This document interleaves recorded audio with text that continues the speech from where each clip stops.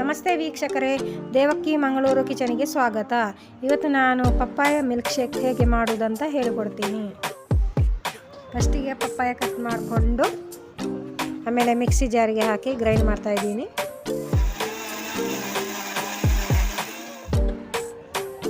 ಈಗ ಅದಕ್ಕೆ 3 ಸ್ಪೂನು ಸಕ್ಕರೆ ಹಾಕಿ ಮತ್ತೆ ಗ್ರೈಂಡ್ ಮಾಡ್ತಾ ಇದ್ದೀನಿ. ವಾಲ್ನಟ್ಟು, ಏಲಕ್ಕಿ 3, ಪಿಸ್ತಾ, ಬಾದಾಮಿ ಕ್ರಸ್ಟ್ ಮಾಡಿಕೊಂಡು ಹಾಕ್ತಾ ಇದ್ದೀನಿ.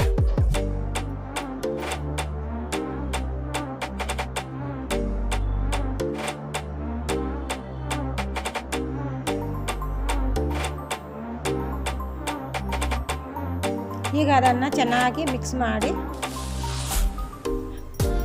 ಫ್ರೆಶ್ ಕ್ರೀಮ್ ಹಾಕೊಳ್ತಾ ಇದ್ದೀನಿ ಸ್ವಲ್ಪ.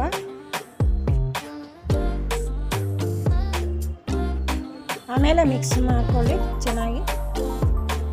ಇದಕ್ಕೆ ಸ್ವಲ್ಪ ಹಾಲು ಬಿಸಿ ಮಾಡಿ ತಣ್ಣಗಾದ ಮೇಲೆ ಹಾಕ್ಕೊಂಡು ಆಮೇಲೆ ಚೆನ್ನಾಗಿ ಕಲಸಿ. ಬನ್ನಿ ಈಗ ಸರ್ವ್ ಮಾಡೋಣ.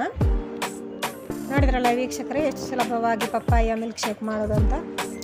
ಈ ವಿಡಿಯೋ ಇಷ್ಟ ಆದಲ್ಲಿ like, share, comment and subscribe ಮಾಡಿ.